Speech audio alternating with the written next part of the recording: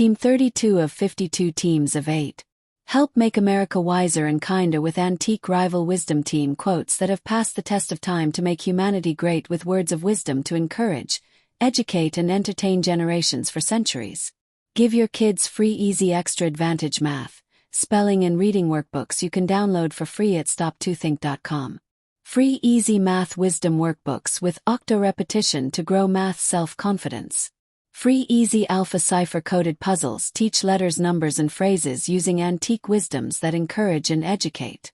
And since time is money, practice reading faster with 52 teams of antique rival wisdoms that have passed the test of time to encourage, educate and entertain generations for centuries.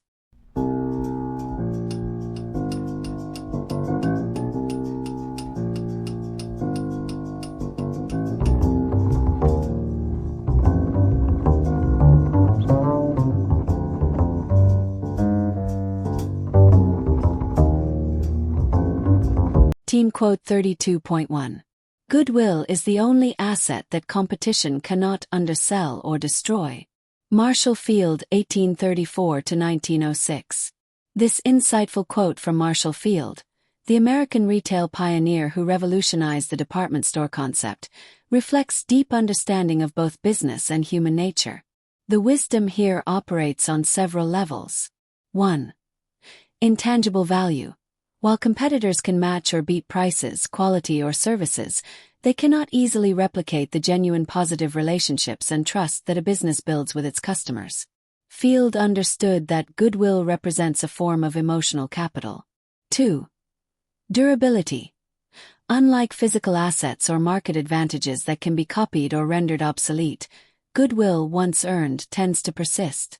It's resilient against market forces because it exists in people's hearts and minds. 3. Competitive advantage. Field recognized that in a competitive market where products and prices might be similar, the emotional connection with customers could be the decisive factor in business success. This philosophy was exemplified in Field's own business practices. His famous motto, "Give the lady what she wants," and his emphasis on customer service helped build Marshall Field's into one of America's most prestigious retail establishments. He understood that treating customers with genuine respect and consideration would create lasting loyalty beyond mere transactions. The quote's relevance extends beyond retail to all human enterprises. It suggests that investing in genuine relationships and building trust creates a form of value that cannot be easily replicated or undermined by competitors. This principle remains especially pertinent in today's highly competitive business environment, where consumer trust and brand loyalty are increasingly valuable assets. Team quote 32.2. Conviction is the conscience of the mind. Nicholas Chamfort, 1741–1794. Let me analyze this quote from the French writer Nicholas Chamfort. The quote, "Conviction is the conscience of the mind," draws a thought-provoking parallel between two internal forces that guide human behavior and thought. 1. Conviction represents our firmly held beliefs and certainty about something. 2. Conscience represents our moral compass and sense of right and wrong. By equating conviction to conscience specifically, of the mind, Chamfort suggests that our strong beliefs serve as an intellectual moral guide. They help us distinguish between what we consider true or false, just as conscience helps us distinguish right from wrong. Just as conscience provides moral clarity, conviction provides intellectual clarity. The metaphor also implies that conviction, like conscience, should be carefully developed and nurtured, trusted as an internal guide, used to make important decisions, respected even when challenged. Chamfort was writing during the French Enlightenment and French Revolution periods, when questions of personal conviction versus institutional authority were particularly relevant. His quote emphasizes the importance of developing and trusting one's own firmly held beliefs rather than simply accepting conventional wisdom. Team quote 32.3. A man's action is only a picture book of his creed. Arthur Helps, 1813–1875. This quote from British writer and historian Arthur Helps offers a powerful metaphor about the relationship between belief and behavior. The analogy of a picture book is particularly revealing. Just as a picture book translates words into visible images, our actions translate our internal beliefs into visible behaviors. Key implications of this metaphor include: 1. Actions reveal beliefs. Just as you can understand a story by looking at its illustrations, you can understand what someone truly believes by observing their actions. 2. Authenticity and consistency. The quote suggests that there should be a direct correspondence between what we claim to believe, our creed, and how we behave. Any disconnect would be like having illustrations that don't match the story. 3. Permanence of record. Like a picture book creates a permanent visual record, our actions create a lasting demonstration of our true beliefs, visible to others. 4. Simplicity of truth. Complex beliefs are ultimately reduced to simple, observable actions, just as complex stories are reduced to clear illustrations in a picture book. The quote challenges us to examine whether our actions truly align with our stated beliefs, suggesting that our behavior, not our words, provides the clearest illustration of what we truly believe. Helps was writing during the Victorian era, when there was particular emphasis on moral consistency and character, making this observation especially relevant to his time. Team quote 32.4. Be that self which one truly is. Kierkegaard 1813–1855. This deceptively simple quote from Søren Kierkegaard, the Danish philosopher often called the father of existentialism, contains deep layers of meaning. At its core, Kierkegaard is advocating for authentic existence, but his concept of authenticity is more complex than mere self-expression. For Kierkegaard, being that self which one truly is, involves recognition of potential. Understanding that the self is not just what we currently are but what we have the potential to become. Kierkegaard saw humans as beings in a constant state of becoming. Self-knowledge. The difficult task of distinguishing our true self from the roles and identities we adopt to conform to social expectations. This requires honest self-examination and often causes anxiety. Choice and responsibility. For Kierkegaard, becoming oneself is an active process that requires conscious choice and commitment. We must choose to be authentic despite the comfort of conformity. Spiritual dimension. In Kierkegaard's Christian framework, truly being oneself meant understanding oneself as a creature before God, though his philosophical insights about authenticity extend beyond religious context.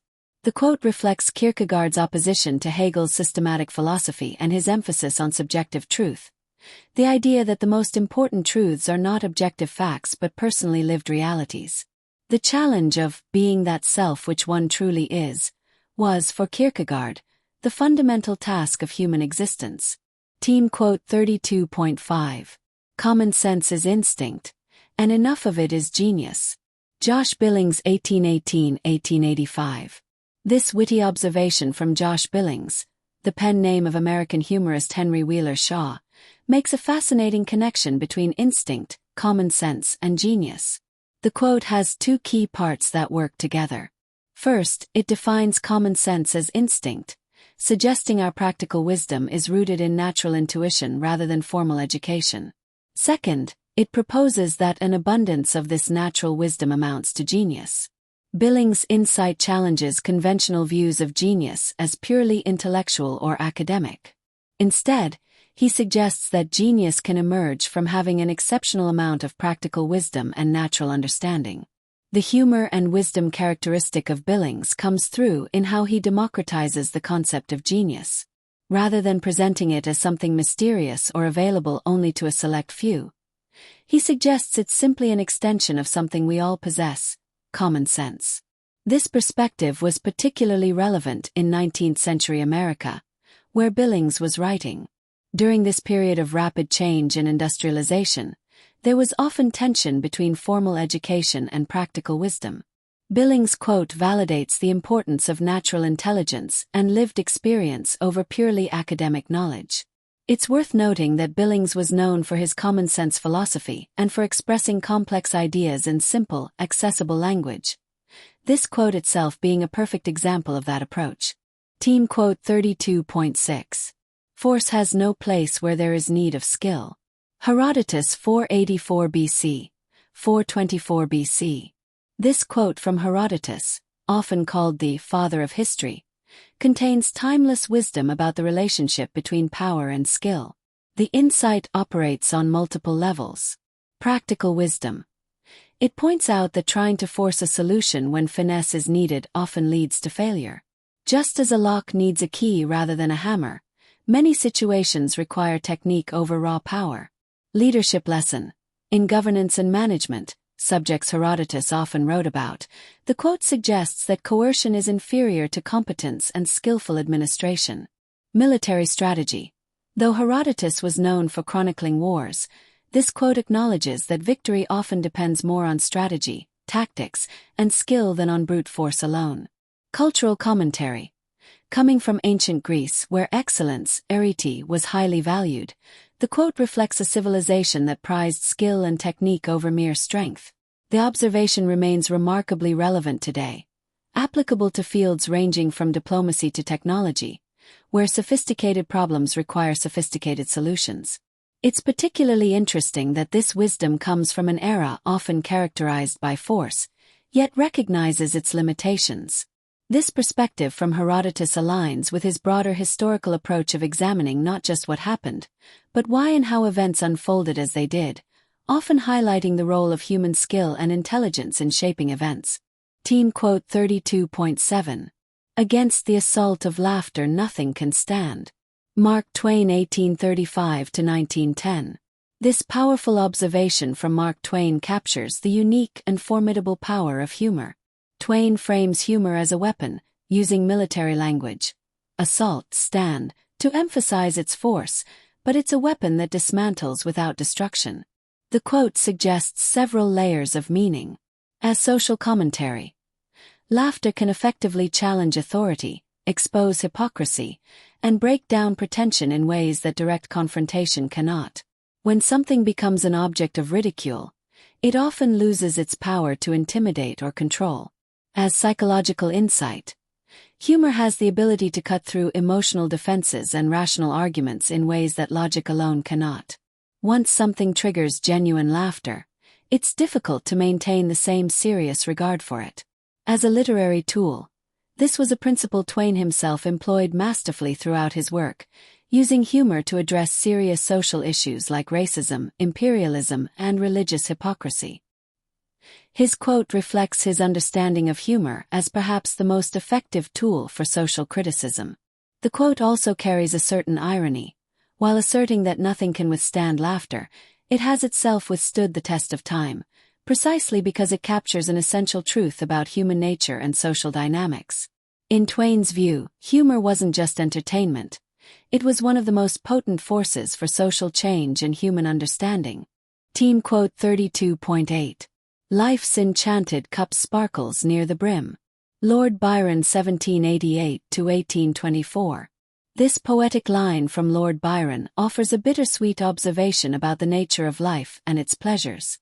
The metaphor of life as an enchanted cup that sparkles near the brim creates a rich visual image that works on several levels. Immediacy of joy. The sparkling near the brim suggests that life's most enchanting moments are found in its fullness, when experiences are fresh and immediate, like the effervescence of a just-poured drink. Fragility of pleasure. There's an implicit warning in the image. A cup filled to the brim is precarious, suggesting that our moments of greatest joy are also vulnerable to spilling over or being lost. Youth and vitality. Byron, who died young at 36, was known for living intensely. The image captures his philosophy that life is most vibrant when lived near its edges. Transience. The sparkling quality itself suggests something temporary and fleeting, like champagne bubbles that will eventually fade, implying that life's most magical moments are temporary. The quote is characteristic of Byron's romantic sensibility, combining beautiful imagery with a subtle melancholy. It celebrates life's intensity while acknowledging its ephemeral nature, a theme that ran through much of his poetry and his own brief but dramatic life. If you'd like to help raise school test scores and self-confidence, you can give your kids free easy extra advantage math, spelling and reading workbooks you can download for free at stop2think.com or buy at educationstopshate.com. Free easy math wisdom workbooks with Octo-Repetition to grow math self-confidence. You'll get plenty of repetitive practice of age ranges and averages of our 52 teams of 8 quote authors. Free easy alpha Cypher-coded puzzles teach letters, numbers and phrases using antique wisdoms that encourage and educate. Can you decode this Cypher quote of encouragement using either our learning to spell or just for fun instructions? And since time is money, practice reading faster with 52 teams of antique rival wisdoms that have passed the test of time to encourage, educate and entertain generations for centuries. We offer printed versions and timed videos with background music. Sign up for free weekly emails of 52 teams of antique rival wisdom workbooks with easy math, spelling and reading practice. And if you'd like to get paid for sharing our wearable wisdoms, keep this in mind. Everyone I know wears a shirt and most of us change them daily, so change your shirt and change the world. Social equalities are blatantly subliminal antique positive wisdoms repetitively shared without saying a word. This applies to all our wearable shareable wisdoms, like pretty witty baby onesies and baby tees that you and others will see and read multiple times a day.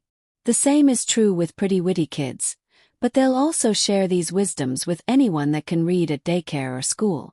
Youthful truths let your kids gain confidence sharing antique wisdoms with their friends. Imagine them sharing words of wisdom with classmates and teachers. I think, therefore I think tees I wear is a super easy way to share words of wisdom that have passed the test of time. Our social equalities help make us all wiser and kinder with blatantly subliminal messages promoting a more fair and equal opportunity society for all. And don't forget our giftwisdoms.com for birthdays and holidays that makes it easy to share the wisdom with clothing, coffee mugs and magnets. So do the future a favor by encouraging, educating and entertaining with words of wisdom that have passed the test of time to make us all wiser and kinder. With wearable wisdoms to fit babies, kids and adults. You can clothe a whole family, city or state. Join the 52 of 8 today at 52of8.com.